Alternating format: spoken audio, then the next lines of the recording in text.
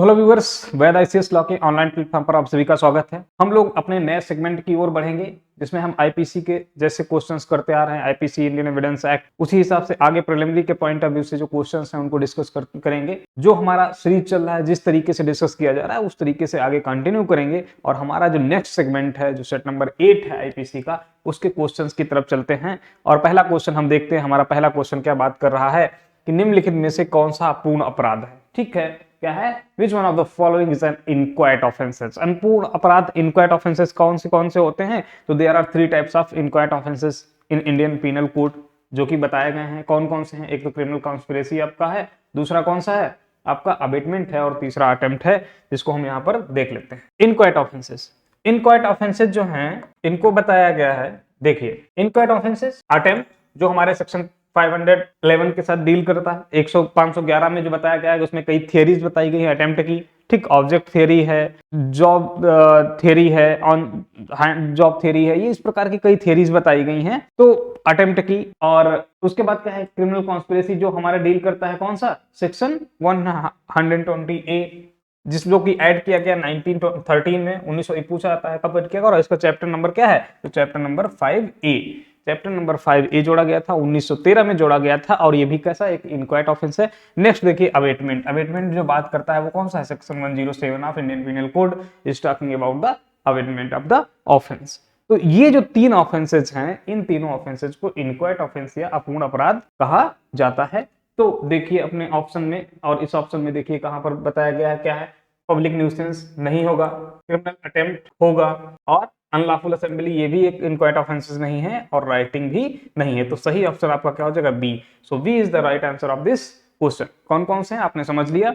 ठीक है, in detail इनको आगे समझेंगे। क्रिमिनल कॉन्स्पिरेसी को कहीं पर आता है, अवेटमेंट कहीं पर आता है, और अगर अटेम्प्ट की बात है तो अटेम्प्ट को हमने बताया कहां पर? सेक्शन 511 के अंतर्गत इसको बताया गया, और इसकी कई थियरीज बताई गई हैं। पब्लिक न्यूसेंस 133 बात करता है पब्लिक न्यूसेंस की।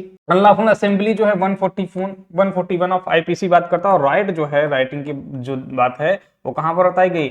146 of Indian penal code. Direct question पूछ लिया जाता है, और इससे क्वेश्चन एक बनता है 146 से एफ्रे और अफ्रे और राइटिंग से रिलेटेड, कि उसमें कितने व्यक्ति होते हैं, तो एफ्रे में कितने व्यक्ति होते हैं, और राइटिंग के लिए कितने व्यक्तियों की मिनिमम जो पर्सन्स हैं उनकी क्या आवश्यकता होती है। ये क्वेश्चन इस प्रकार से प्री में पूछा जाता है। हम लोग नेक्स्ट क्वेश्चन की तरफ अपने चलते हैं, और नेक्स्ट क्वेश्चन हमारा देखिए क्या है?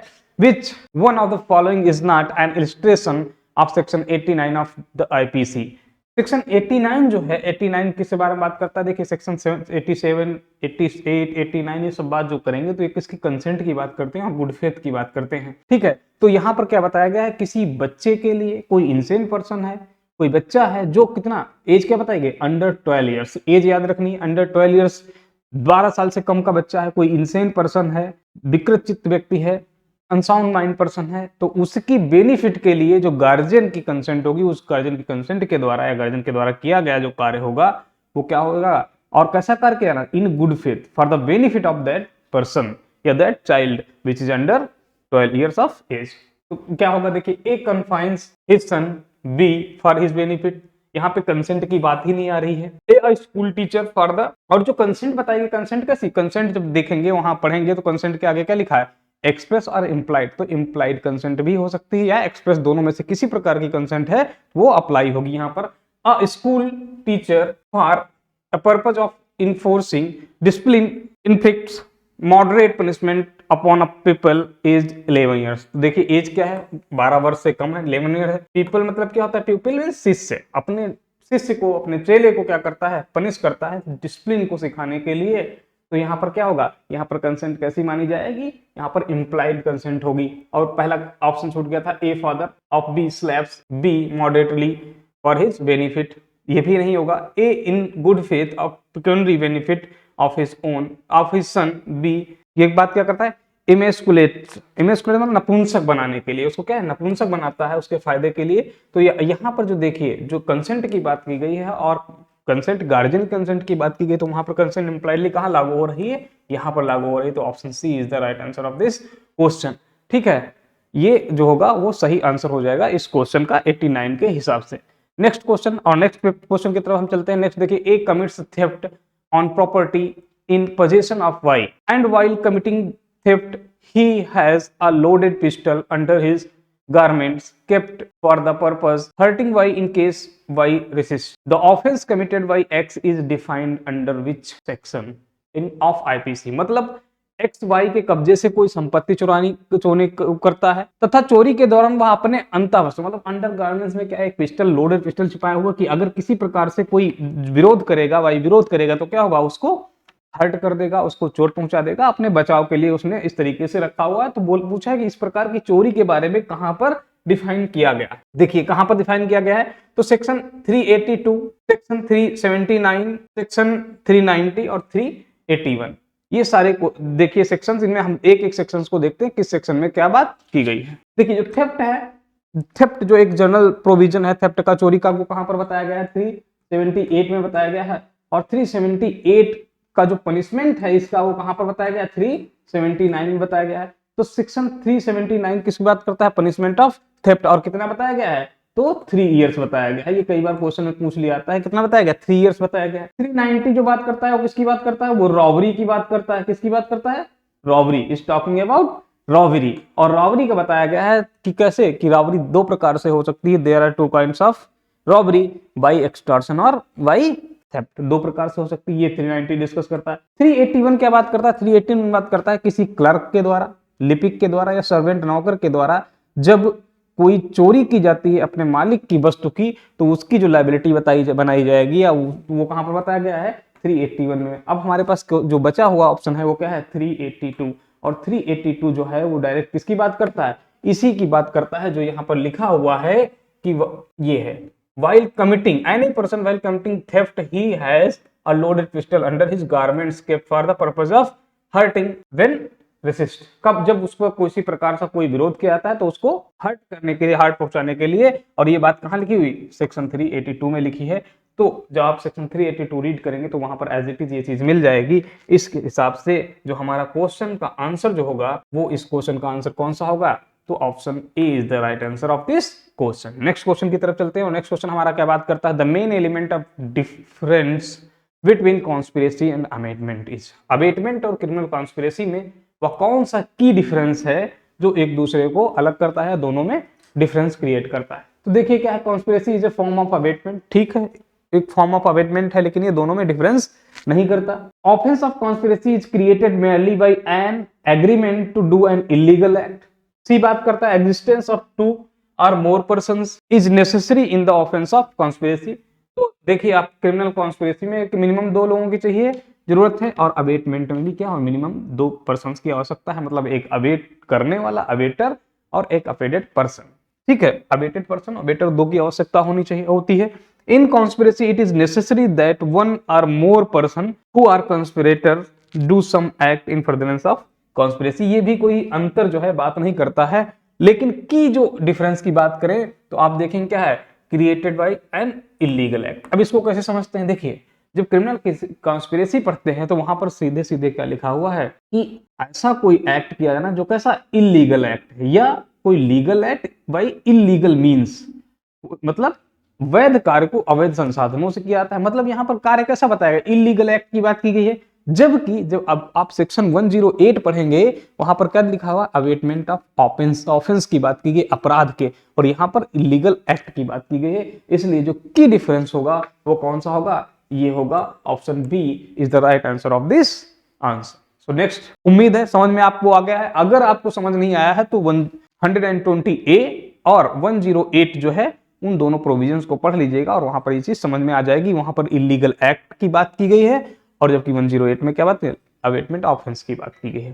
ठीक है, नेक्स्ट क्वेश्चन की तरफ चलते हैं। हमारा नेक्स्ट क्वेश्चन नंबर 75 जो है वो क्या बात करता है, which one of the following cases related to criminal attempt. Criminal attempt से रिलेटेड कौन से केसेज हैं, इन सभी केसेस को देख लेते हैं। Abhayanand Mishra versus state of Bihar, Varendra Kumar Ghosh versus emperor, बहुत ही इंपॉर्टेंट केस है, फेमस केस है, आईपीसी में सबको पता है। Rishidev Pandey versus state of UP, Sukhdev Singh versus state of Delhi या दिल्ली स्टेट। ये दोनों जो आप देखेंगे किससे रिलेटेड है, ये section 34 of Indian penal code की बात करते हैं, जो कि कॉमन इंटेंशन की बात करता है, सामान्य आशय की बात करता है। अभयानंद मिश्रा बनाम जो बिहार राज्य है, ये किसकी बात करता है, ये चीटिंग की बात करता है या चीटिंग ना कहकर हम इसको देखें डायरेक्ट किससे बात करता है, ये सेक्शन 420 पर बेस्ड है, रेड विद सेक्शन 511 511 420 से रिलेटेड है। बचा हमारे पास कौन, Sukhdev versus state of Delhi या दिल्ली स्टेट। तो सुखदेव सिंह स्टेट ऑफ दिल्ली जो है ये किससे रिलेटेड है, ये केस जो है रिलेटेड है, अटेम्प्ट से रिलेटेड है। इसको हम लोग देख भी लेते हैं एक जगह। देखिए बात करता है Abhayanand Mishra versus state of Bihar, 1961 का केस है और ये क्या है 420 से रिलेटेड है और ये रेड विद सेक्शन 511 जो अटेम्प्ट से रिलेटेड है उसके बारे में बात करेगा। वारेंद्र कुमार घोष वर्सेस इम्परन 1925 का केस है और it is related to common intention और section 34 of Indian penal code which is talking common intention. Common intention 64 और क्या है, इसी केस को वारेंद्र कुमार घोष के केस को क्या बोलते हैं, पोस्ट मास्टर केस के नाम से जाना जाता है, पोस्ट मास्टर मर्डर के केस के नाम से जाना या पोस्ट ऑफिस केस के नाम से जाना जाता है। ठीक है, इसके बाद क्या है, Rishidev Pandey versus state of UP, ये 1955 का केस है और ये भी किससे रिलेटेड है, कॉमन इंटेंशन और सेक्शन 34 से रिलेटेड है। सुखदेव सिंह वर्सेस दिल्ली स्टेट 2003 का केस है, 2003 का केस है और attempt to commit culpable homicide और जो किससे डील करता है 308 से बात करता है, मतलब culpable homicide not amounting to murder. Okay, तो ये जो होगा ये अटेम्प्ट से रिलेटेड है। किससे अटेम्प्ट से रिलेटेड है, तो आपका जो आंसर होगा राइट आंसर कौन सा हो जाएगा, तो option D is the right answer of this question. Next question की तरफ हम चलते हैं और नेक्स्ट क्वेश्चन हमारा है असर्शन रीजन का, जिसमें देखिए for the purpose of section 149 IPC mere membership of an unlawful assembly is enough. सही बात है, केवल आप किसी अनलॉफुल असेंबली के अगर सिर्फ हिस्सा हैं या उसके सदस्य हैं तो इतना ही आपकी लायबिलिटी बनाने के लिए काफी है। इसलिए यहाँ पर कैसी लायबिलिटी की बात की गई, कंस्ट्रक्टिव लायबिलिटी की बात की है, प्रतिलक्षित दायित्व की बात की गई, प्रलक्षित दायित्व की बात की गई। दूसरा आर क्या बात करता है, रीजन क्या है, to fix liability under section 149 IPC participation in the commission of act is not necessary. यहाँ पर क्या है, जरूर नहीं कि आप एक्टिव पार्टिसिपेशन आपका हो, अगर आपका एक्टिव पार्टिसिपेशन नहीं भी है तब भी क्या है आपकी लायबिलिटी बनाई जा सकती है। ठीक है, केवल आप अनलॉफुल असेंबली के केवल सदस्य हैं, मतलब अनलॉफुल असेंबली वाली जो बात है उसको ये क्या करता है, एक्सप्लेन करता है। इसलिए आपका जो ऑप्शन होगा वो क्या होगा, A and R both true and R is the correct explanation of A. So A is the right answer of this question. Next question की तरफ हम लोग बात करते हैं, क्या है, A commit sexual intercourse with his wife who is below 15 years of age, choose the correct answer. देखिए जो एज ऑफ कंसेंट बताई गई वो 18 इयर्स बताई गई है, लेकिन जब बात करते हैं मैरिज की तो क्या है, वहां मैरिज के लिए बताया गया अगर 15 इयर्स से ऊपर है, एवं 15 इयर्स है वाइफ और उसके साथ सेक्सुअल इंटरकोर्स होता है तो उसको ऑफेंस की कैटेगरी में नहीं रखा गया है। लेकिन जब आप पढ़ेंगे इसमें, जिसमें ये बताया गया है कि अगर 15 वर्ष से कम है कोई महिला जो कोई किसी व्यक्ति की पत्नी है और उसके साथ उसकी कंसेंट के बिना जो है सेक्सुअल इंटरकोर्स किया जाता है या कंसेंट के साथ भी किया जाता है तो उसको क्या होगा, वो पनिशेबल बनाया गया है और उसके पनिशमेंट कितना बताया गया है, उसका जो पनिशमेंट है A commits an offence of rape and punishment for 10 years 10 साल। ये 2013 से पहले इसकी जो पनिशमेंट जो था वो कितना था, 7 इयर्स था, लेकिन 2013 में जब अमेंडमेंट कर दिया गया उसके बाद जो पनिशमेंट का क्राइटेरिया है बढ़ा दिया गया है और इसलिए जो ऑप्शन है option C is the right answer of this question. Next question की तरफ हम लोग चलते हैं और question number 78 of this segment क्या बात करता है, A threatens B and induces him to deliver his golden chain then and there A commits offence. अब देखिए यहाँ पर डिलीवरी की बात की है, क्या करता है, डिलीवर करने के लिए बात करता है। तो आप यहाँ पर कंफ्यूज हो सकते हैं किस बात के लेकर कि एक्सटॉर्शन है या थेफ्ट है या रॉबरी है। डकैती तो हो ही नहीं सकता, थेफ्ट भी नहीं हो सकता, तो इन दोनों क्वेश्चन में आप कंफ्यूजन हो जाएंगे। इन दोनों ऑप्शन में आपको कंफ्यूजन हो सकता है कि एक्सटॉर्शन होगा या रॉबरी होगा और मोस्ट प्रोबेबली कि आप लोग ज्यादातर लोग क्या करेंगे, इसका ऑप्शन जो होगा वो एक्सटॉर्शन लगाएंगे, लेकिन ये एक्सटॉर्शन ना होकर के क्या होगा, रॉबरी है।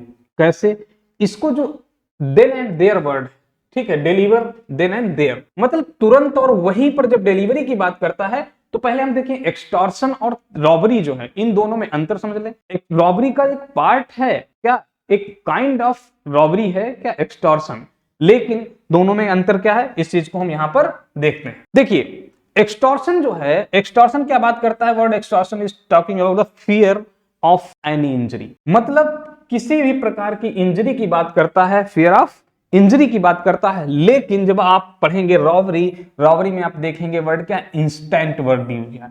इंस्टेंट मतलब तुरंत, वहीं पर तुरंत, instant fear of body injury, वहां पर वर्ड इंजरी यूज किया गया है और इसमें क्या है, डेथ की बात की गई, हर्ट की बात की गई और रेस्ट्रेंट की बात की गई। और ये तीनों प्रकार के जो अपराध हैं ये कैसे हैं, अगेंस्ट बॉडी हैं, ऑफेंसेस अगेंस्ट बॉडी है। तो हम डायरेक्टली यहां लिख सकते हैं बॉडली इंजरी। मतलब robbery is only talking about bodily injury, but जो एक्सटॉर्शन है वो एनी इंजरी की बात करता है। इसके मतलब क्या है, जो एक्सटॉर्शन है, एक्सटॉर्शन में इंजरी जो वर्ड है उसका क्या है, क्राइटेरिया बड़ा है, जबकि जो रॉबरी है, रॉबरी का एरिया कैसा है, छोटा है, केवल बॉडली इंजरी की बात करता है। और इंजरी को ज्यादा समझना है तो section 44 of Indian penal code को देख लें, वहां पर there are 4 types of robbery of injuries defined. तो ये दोनों चीजें हो गई। अब इसके बाद हम सेक्शंस को देख लें, प्रोविजन को भी देख लें, जहां पर क्या है सेक्शन 390। देखिए यहां पर बात करें किसकी बात, ये चैप्टर कौन सा, चैप्टर नंबर 17 हमारा है, चैप्टर नंबर 17 है। और रॉबरी क्या बात करता है,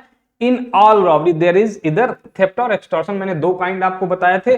और यहां पर देखिए इनमें रॉबरी में बाई थेफ्ट जो है वो कैसी बात करता है, रॉबरी में आपको इंस्टेंट मिलेगा, कैसा, इंस्टेंट फियर। आप देखिए फियर क्या लिखा है, restrain to any person death और हर्ट, रॉन्गफुल रिस्ट्रेंट और fear of instant death, of instant hurt और इंस्टेंट रॉन्गफुल रिस्ट्रेंट। देखिए दोनों क्या है, इंस्टेंट की बात आई है।